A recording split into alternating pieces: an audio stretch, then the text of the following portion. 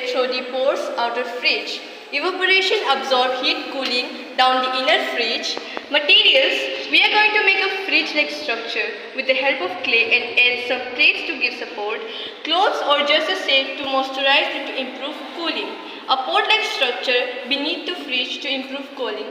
Actually, the eco-friendly fridge, it will provide a eco-friendly fridge.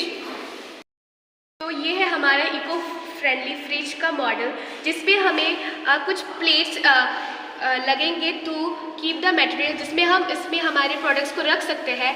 और ये है हम नीचे एक वेट क्लोथ्स सब्सटेंस रखेंगे इसको कोल्ड रखने के लिए। और हमारा ये इवोपोरेशन का ये काम होगा, यहाँ से हॉट एयर बाहर जाएगा ताकि ये ऊपर जाके फ्रिज को ठंडा कर सके। नीचे हमें एक प्लेट का ज़रूरत होगा जो हम एक बैम्बू और क्ले की मदद से बनाएंगे।